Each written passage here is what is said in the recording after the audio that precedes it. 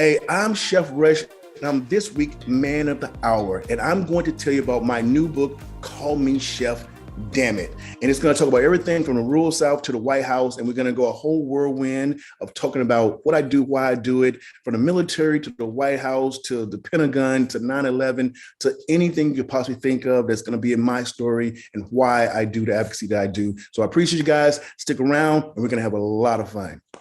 F. Rush, you're here, and thank you for saying yes to coming onto this podcast. I'm so excited for your book that's coming out in probably less than a month now, and we're about to dive deep. We're getting into your entire story and all the things that you've accomplished in your life and all that you're continuing to do for everybody post that. But thank you again for joining the show. Oh, pleasure to be here. So when I say we, I think collectively, something I was reading about you not too long ago was that you are often such a fan of building community for one, but also making sure that people are as one in the process. I read not too long ago, and I wanted to start here with you that you've noticed that everything you were alluding to in the book that you wrote, again, coming out soon, and I'll be sure that we get the pre-order link and everything down in the description. But this big idea that we're all the same, I kind of wanted to start there with you. And if you could take us back in time to the moment, Chef, where you felt like you realized we are all the same, and then why? Oh, wow. That's a great question to start off with. Because it's true because a lot of Thanks. people are going to differ, right? People are going to have their different opinions, and that's what this country is made off of. Saying no, everything's not the same. I'm Caucasian, I'm African American, I have more, you have this, you have that. And the truth of the matter is that there's going to be that part of it. But when I say we're all the same, we are all the same. I came from Mississippi, a place that's this big with no future plans whatsoever, but to go work on the road. Grew up very poor. And there was a lot of sight, even for the military. My dad was like, hey, the guys go to work, the girls go to school. And that's just that mentality back then. And I don't fault him because he embedded in me my work habits. And my mom embedded in me everything else that goes along with that. And, I'm a faith-driven guy, a man. I've always been from Mississippi, from the South. And you can sit there, you can complain 24/7, and I tell people when I talk and when I get in front of people, I tell you, I'm here to make you uncomfortable. And I'm going to make you uncomfortable because you're going to have your own opinions and thoughts, because you're not going to analyze the things that I say the way that you're going to perceive them, because you're going to try to take them somewhere else without asking me a simple question. Can you elaborate on that? And a lot of people just don't do that. They want to take what you say and they want to take it and use it as good or as evil, or indifferent. It doesn't matter that part of it. But to answer your question is that going to the military, no ideas, all these different things and profiles. And believe me, my situation in my life was very hard, but I also know that a lot of other people were harder. I didn't complain. I can't complain. And I can talk about it all day and night, but there's one thing that you have to learn and understand is that it's like, I got to pay bills and I'm stressing about it. Do something about it. Make it happen. There's so many things you can do. The opportunities that he may have because they were a multi-million dollars, you may not have them, but you have an opportunity. To make the foundation. So you talk about me doing community and all those things together. And I said, if I ever got in a situation where I could do something and I have to realize and capture it, and people don't understand that when things happen with me, I had a 5-minute window, 5 minutes, literally. I wasn't on social media. I didn't do anything. I didn't know anything like that. That wasn't my lifestyle. So, and nobody came to help me or assist me on how to do this at all. Had to figure it out. I had to figure it out. And it was a mission. It was faith driven. It was God driven. It was family driven. My mother, particularly. And we make it, we do it. And from there, just like you said, I just spread it out from there. Yeah, you spread it out. You kidding me? You're over here. And first of all, I want to thank you for your service. I should have said that at the top of this episode.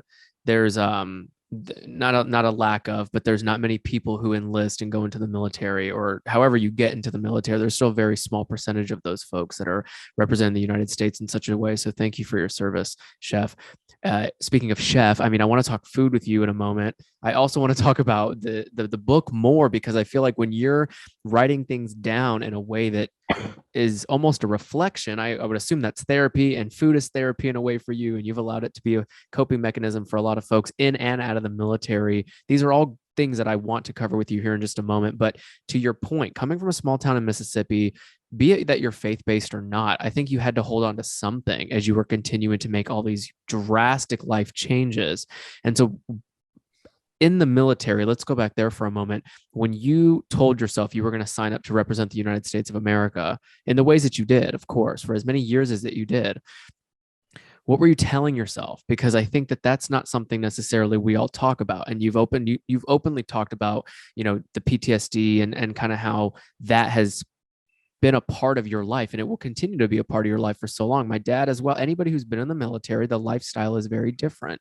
But for you, what were you telling yourself as you got in the military? And if you could walk us through a little bit about what that experience really taught you for where you're at now, because you're here now, right? Like you are Chef Andre Rush now. And before that, though, what was that journey like? Self-worth, Mm, right? My dad always told me be the hardest worker in the room, and I preach that to everyone, right? And even now, the status I am as Chef Rush, I will still get on the floor and scrub the edges better than anybody that can possibly do it. I can still cook the five-star meal. I can still go out and give charity and community, and I will still take a pictures with 1,000 people in a row. And the first person I'll treat this way, and the 1,000th person I'll treat the exact same way. There's no differentiation from what I do when I start to when I end, right? And I'll be very honest with you.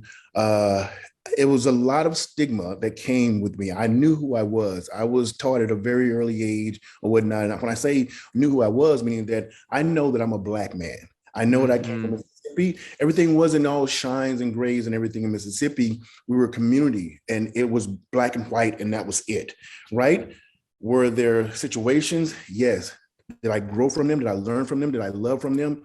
Absolutely. And I say that humbly because I don't want people to think that in Mississippi, like in here in LA, or like mm, Nashville, or like in Chicago, things demographically are very different, from the food to the environment to the media to the people, right? So I came in needing to prove myself mm, always. I knew no matter if you smiled at me, no matter if you did, that you're, and it's human nature, you're going to have a first impression. And people mm, say, well, I don't have first impression. I treat everybody the same. No, mentally, you're programmed to think mm-hmm, of a person, right? Without them opening their mouth, without them saying anything, how they dress, how they look, how they're built. It is automatic.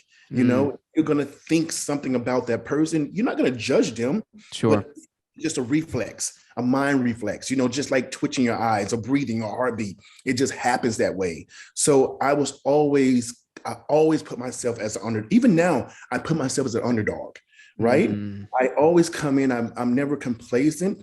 I'm always with humility and gratitude and always still being the hardest worker. And mm, I have, even when the White House, when I first went inside there, I didn't look left or right. I didn't go, ooh and ah. What do I mm, do? How do I need to do it? I never looked up. I never paid attention. I didn't care about who was in there. I didn't care about the stars or political sure. or anybody like that. It was always me against me, right? It was never me against this person or competing or however. It was always myself. Mm. Yeah, I think that's exactly what people should always be trying to do, is to fully understand no matter what your circumstances, there's something more important here about being in your own lane, and then because you probably could allude to this more than I could, but there's a lot of distractions and competition and noise nowadays. I talk about that often on this podcast. There's noise everywhere. And I think the discipline, if we can move into that with you, I mean, listen, not only are you a celebrity chef now and an author, and having gone through being a decorated veteran in the military, that all takes discipline. So, can you talk to us now about how you, throughout the journey of what you've been building for yourself and your family and everybody that's in your life, where discipline sat for you? Discipline is huge. It's kind of like I'll use the cliche of going to the gym. You have to have consistency. You have to have discipline. You got to be able to not to do this or to do this. And that goes in every aspect of life, in everything that you do. For me, personally, uh, everything that I do, even now, you talk about some of the accolades, and I say some of the things that I've done, you know, Mm. the book, and I'm getting starting on the cookbook next week. Oh, thank God. We need to know how you cook all these meals. But I actually also just came out with coming out with a food line on March the 28th, which is driven also by that about discipline. Oh, And it yeah.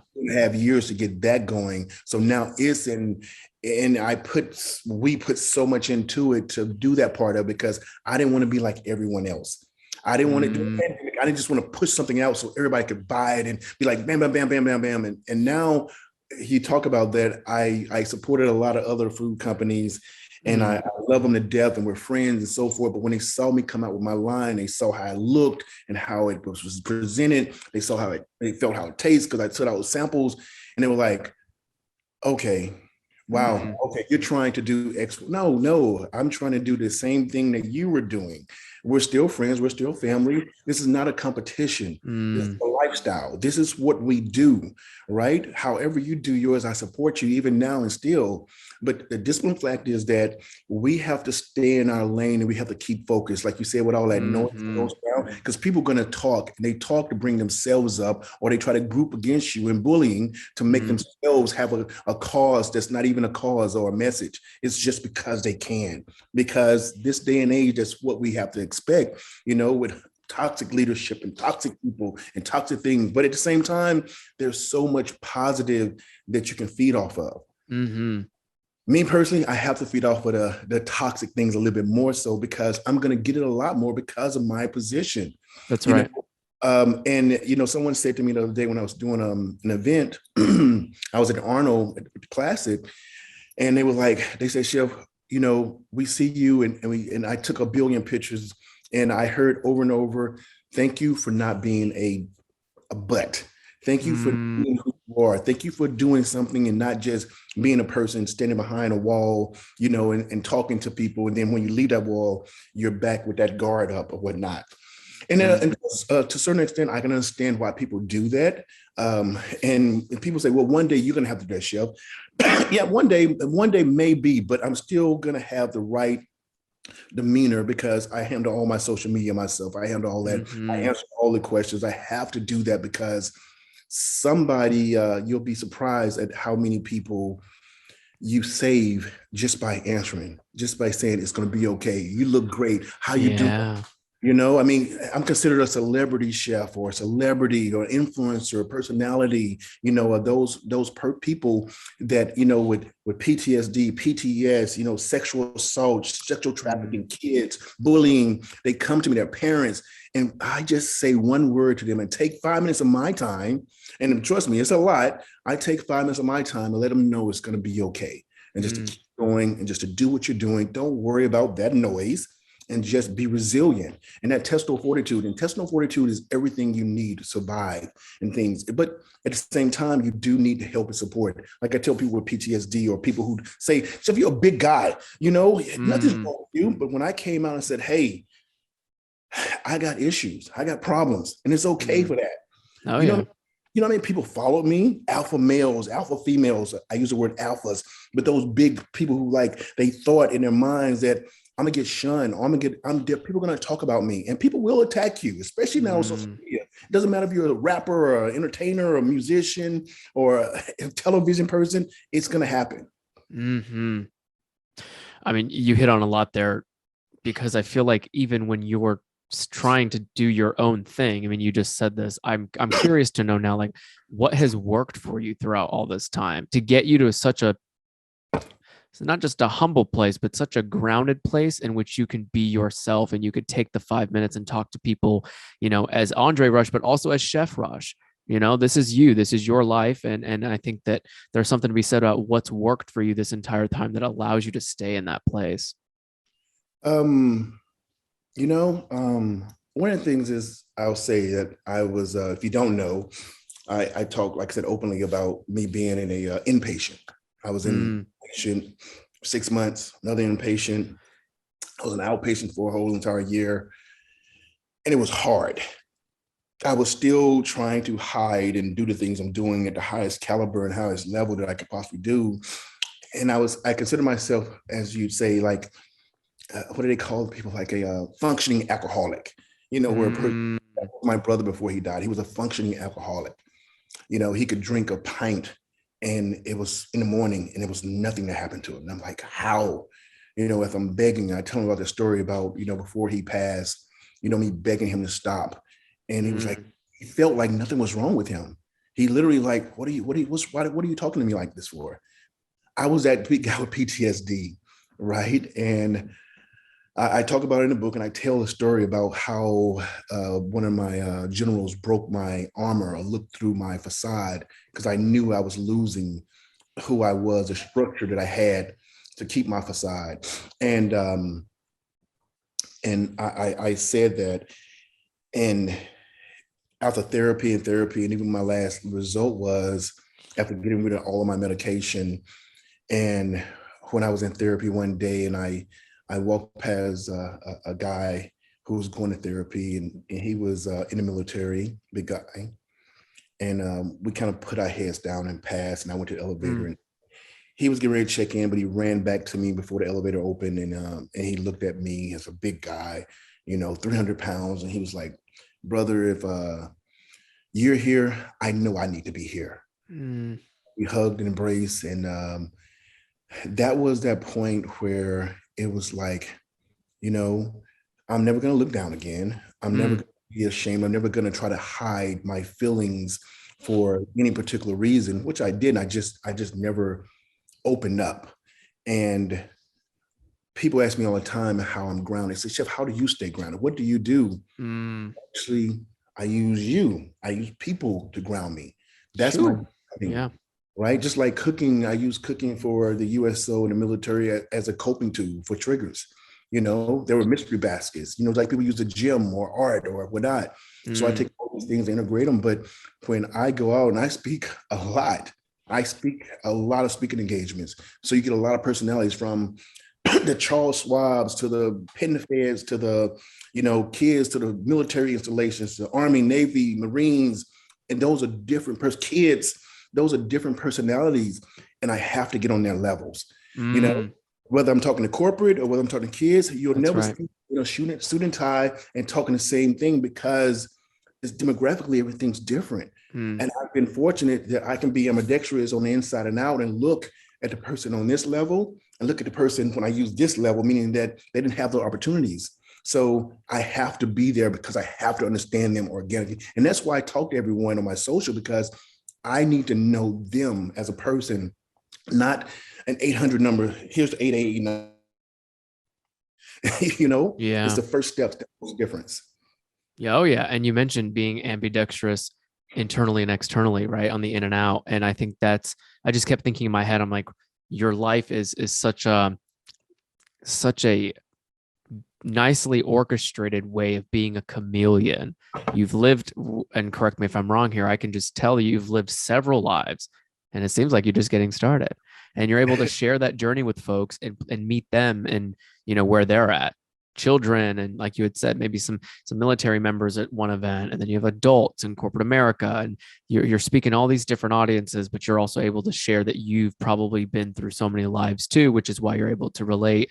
It's why I think the military is such a powerful place, for folks who go through, and you meet everyone, you go everywhere. Don't get me wrong. There's a lot of things that also are taken from you, right? In terms of your mental health and the way that you have to live and such, but there are coping mechanisms to that, not just food, but like you had mentioned with therapy. My next question before we get to the book, which I can't wait to talk about with you, call me Chef, damn it. I was like, oh my God, damn it, what? This is great. It's a great title, and it's all about you, as you had went through your journey of not just being a veteran, obviously coming from the rural South, but then making it to the White House, and now look where you're at. Like, you were literally, like you had said, you're still working out all the time. You're always getting noticed and speaking at certain things, and I think it's incredible. Before we get to the book, though, you'd mentioned how you were going through therapy, for instance, to cope with the PTSD part of your life, and how that ultimately probably got you to where you are now, right? When you were getting off of the medications and coming out of those sessions. So when you had went through that part of your journey and you were coming out of it, I just can only imagine how many people clicked play today for you. And then if you came back to the podcast, thank you for subscribing. But you think about how many folks right now who are tuning in, who just heard everything you had to say. If you can tell us just where you were mentally after you'd been through the lowest, and you just said it, you will not ever look down again. And I think that is so powerful. But how are you now, not going to look down? You're looking up and you're looking at the positive things, even though the days are probably still hard. But how did you get to that mental state? Um, Another great question. I mean, because Thanks. I, people say, well, I had a person say, well, I had PTSD or I had PTS. There's never a had. You're always going to have it, right? It's Mm, always going to be, it's going to be with you, whether you're coping with it or how you cope with it and so forth. You used the word earlier where you say, I'm like chameleon. So I have this picture right here, was from my guys in the White House from the Secret Service. And they did this for me. And it's one of my viral pictures, but the oh face yeah. is scrolling like, Chef, you take on so many personalities, and that's why it has a face that way. But everybody knows you, but they don't know you because Mm, where you're going and what you're doing at that very moment. I probably share about 10% of the stuff that I do on social media, and the other 90%, sometimes it's just too massive. And so what I do, and I take it and I have to use everything that I have, and I have to remember I lost my mother and my father doing this. mm, My mother, I made my challenge coin for this. It says, never give up, keep going, you can do anything. I made this a month after my mother passed away. And I was one of the 7 that they picked for Gary Vee's inspirational commercial. mm, And I was one of the 7 out of his millions and millions. Chef, we love you, you this, and I'm with him. And long story short was I got a call in New York. My sister said, if you want to see your mom alive again, you need to come and see your mother. And I'm like, what are you talking about? What are you talking about? So I fly to mm, Mississippi. My mom was in a bed in the hospital, can't talk, can't walk, can't eat, lost like 60 plus pounds. And I just cry like a baby. I'm a mama's boy from Mississippi, mm, you know? Um, and long story short, that was Saturday. The next Saturday, she passed away before I could make it back to her. And I went to another low part. And mm, the next Saturday after that, she was buried. And I was done. I was like, I lost my mom, and people, like I said, and when I lost my mom, I even got attacked with that, because people were just people. People want to, some people want to be in your platform, or they want to live ambidextrous through you. They want to live mm, vicariously through you. They want to be in this spot that you want to be in, but they don't want to put the efforts and the time and the energy to do it. And like I mm, told everybody, I said, I can give you my whole entire platform and you still would fail because you're not me. It doesn't matter about how many numbers you have, the followers, about this, about that. You can't organically try to be organic. You can't just push yourself out on people and be accepted. And I'll be very honest with you. I'm a black man with 24-inch biceps, and a lot of people get intimidated by me. And they were like, wow, I'm listening to him and he doesn't sound, or he's nothing like what I expected, or how he's going to be and what he's going to be and what he has to mm, say. And so that's part of who I am and why, because of my mother and when she passed. And the end mm, of that story was after she was buried that Saturday and I gave up, the very next day, mm, uh, I went viral in a mm, big way, and I didn't know it, and I was mad. And then I actually looked up, and I was like, and it was after a picture, this picture that had been out mm. for years, and I said, "You did this," and Yeah. I said, "Okay, mom, I got it," and I keep going. Oh yeah. That's so powerful. And then that picture that had went viral, like you had said, that's the universe and your mom, right? Working in your favor. And that's beautiful to know that, especially where you're at now, chef, that's what's gonna keep you going. You had a moment of affirmation right after she had passed away. That's very powerful. The book now, I want to talk about this with you because I mean, even if it's coming out in just a month or so, again, we'll put the pre-order link down there below. It, you know, Amazon's like the best place to purchase anything nowadays. But call me chef, damn it! Exclamation mark colon a veteran's journey from the rural South to the White House. And I know you didn't just stop at the White House. I would assume there's probably more context in their post being a celebrity chef, right? So but without giving too much away, can you tell us what you left in that book for all of us to read and be inspired by? Everything I wasn't supposed to. Mm. Literally, it was not supposed to be this way. It was Sure. not. I was not supposed to tell him. I grew up in a political military government where everything is kind of Oh stigmatized. yeah. Everything is kind of hush hush. And Yep. don't say that. Don't do this and whatever. And then and I had a great publishers. With Harper Collins, Harper Horizon, and I literally, like you said, I had a moment of clarity, and when I was like, "Am I going to write it this way?" Because I've seen so many people write it this way. I've Hmm. been in a world where I have seen people with their speech writers saying this and this, and they study it and they Oh push it yeah. out like it's their own, and it's brilliant. And then I said, you know what? Hey, I'm just going to go for it. And so everything that I never thought about, that I never thought I would do or would say, I put into the book. Everything from the military, toxic leadership, to love, to hate, to racism, to growing up, to sexual assaults, to deaths, and to 9/11, to ghosts, to I just went for every possible thing. And Mm. that was only 30%. And people to this thing said, your book sounds like you've lived 100 lives already. Yeah, damn right you did. Yeah. It was so much. They actually had to slim down the book when I finished by, I don't know, a few 400 or 500 pages, words or whatnot, just to try to fit everything into this book. But it was a whirlwind of emotions. Hmm. I asked people to read it for what it's worth and look at the end result of it. Rather be, and I said people get uncomfortable because when you talk about things like this happened in the military, I love my Sure. I love my military. I love everything about it. And I tell people is because just one thing bad happened to me. I was in that situation, but it was by this person. And this is the person that leads all these people.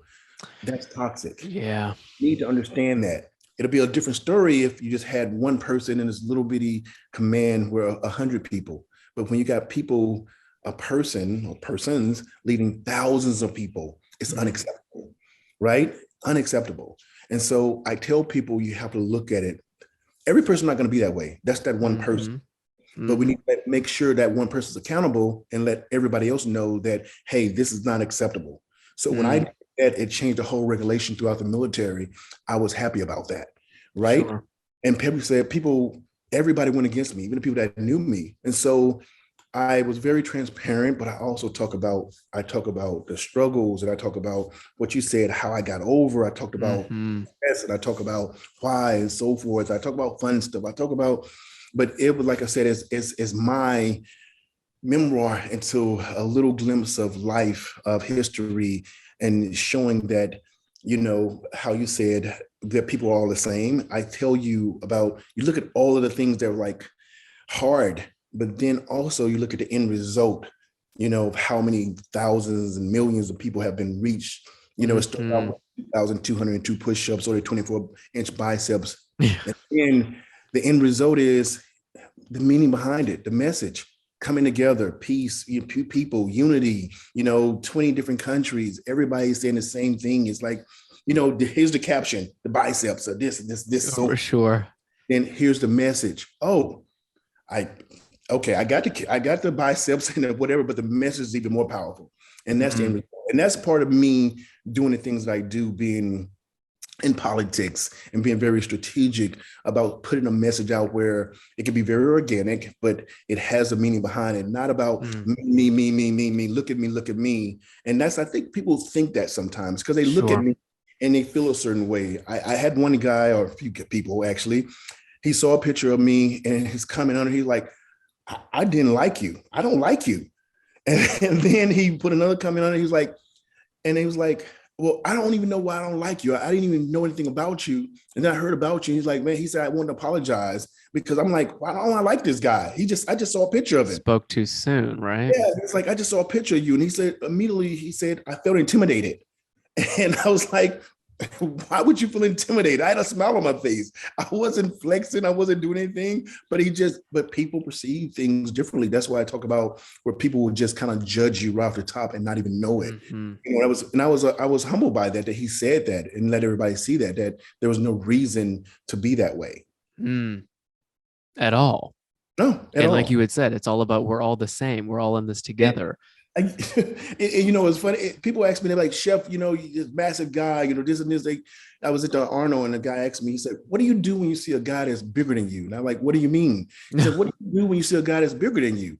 And I was like, there is no guy bigger than me. Like, I'm 10 feet tall, 500 pounds. There's nobody bigger than me. And even if you are 10 feet tall, you're still looking up at me or eye to eye to me because that's the way my mind has to work on Right. life. Right. I see what you're talking about. There's no reason for me to use the word intimidated or like, oh my God, or this or that, or whoever. It doesn't matter who you are. I mean, I've been in front of the presidents and kings and queens. I've been faced with death a few times. So people think that no, it's not. Trust me, there's more things going on in the world than being intimidated by a person's or persons, That's right. I mean, if I had 24-inch biceps, I could also say the same thing. But to your point, once you've been through it all, intimidation is not part of the equation anymore, Chef. And I can't thank you enough for coming on the show, saying yes, having this conversation so openly with me, and then trusting me ultimately with the conversation on this platform. I'm so excited for you guys to go pre-order this book. And it's not just his book, right? Like you had said, this is not just a me game. This is your story. And I know it's going to help people because it's already helped hundreds of thousands of probably millions of people now, from the people that are commenting on your social posts to those who watch you live at speaking engagements and people who listen to podcasts like this. I think it's such an incredible thing, Chef Rush. So thank you again for saying yes to coming onto this podcast, letting me share your story, and ultimately for publishing this book that's going to be out in less than a month from now. Thank you again. I appreciate you. Thank you very much.